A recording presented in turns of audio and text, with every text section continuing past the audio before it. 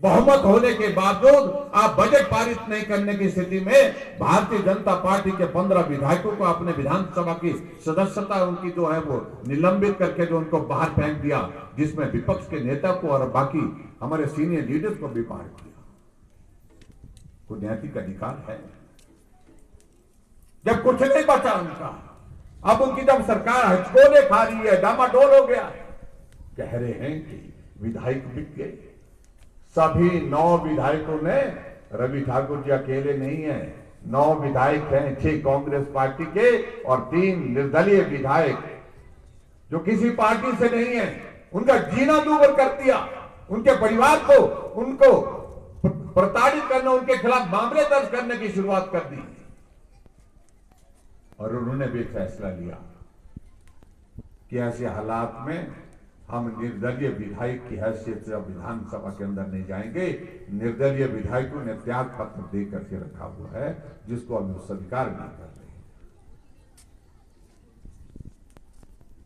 और जो आरोप लगा रहे हैं बिक गए हैं, मैं उनको ये कहना चाह रहा हूं, 9 के 9 विधायकों ने मुख्यमंत्री के खिलाफ मानहानि का मामला दर्ज करने का फैसला किया है।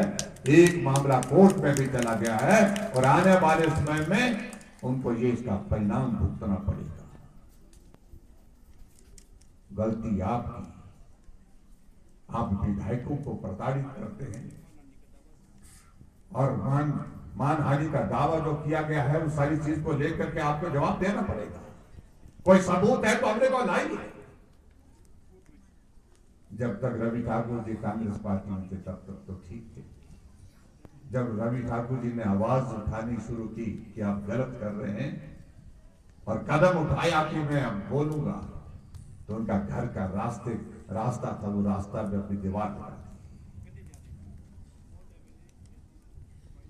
मैंने हिमाचल प्रदेश में राजनीति में प्रतिशोध की भावना तो देखी है, लेकिन इतनी गिरावट उसमें आ जाएगी ऐसा कभी सोचा नहीं था। ये हमने अपनी आंखों के सामने यहां पर हिमाचल प्रदेश में देखा है। इसलिए भाई और बहनों, हम आप सबके बीच में इतना कहना चाह रहे हैं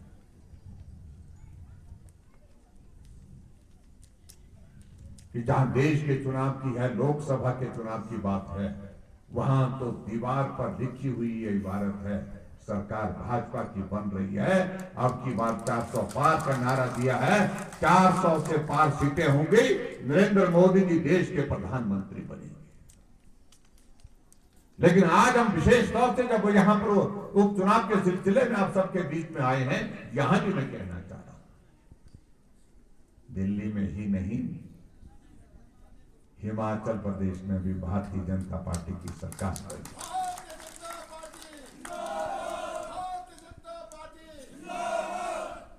और जो कांग्रेस के नेता यहां के प्रभारी बनाए गए हैं, ट्राइबल के मिनिस्टर हैं,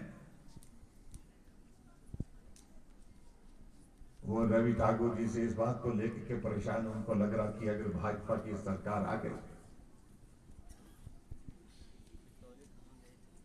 जो सम्मान वो महसूस कर रहे हैं, जो सम्मान उनको मिला है, कहीं वो सम्मान रवि ठाकुर को न मिल जाए, कहीं यहां पर लाहौल स्पीति को वो सम्मान न मिल जाए। इस बात को लेकर के जितना कोस सकते हैं कोसते हैं।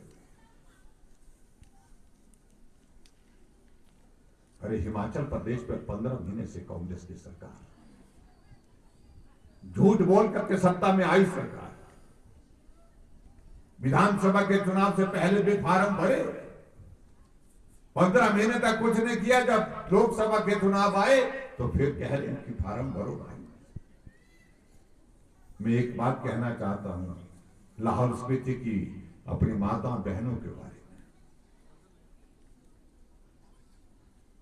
मुख्यमंत्री आए और लाहौल स्पीति की, हमारी स्पीति घाटी से, वहां से शुरुआत की, कहा कि यहां से मैं शुरुआत कर रहा हूं।